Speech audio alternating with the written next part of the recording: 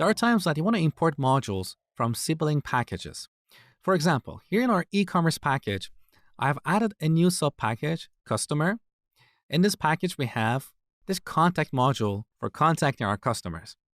Now, let's say in our sales module, we want to use the contact module in the customer package. Let me show you how to do this. So we open this. To import a module from another package, we can use an absolute or relative import statement. So here's an absolute import. From our top level package is e-commerce. So we start there. Then we go to the customer sub package. And now we import the contact module.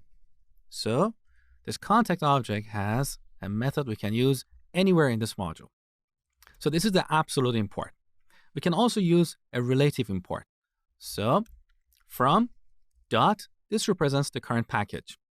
Dot dot takes us one level up. So now we are at the e-commerce package level. In this package, we have two sub-packages, customer and shopping.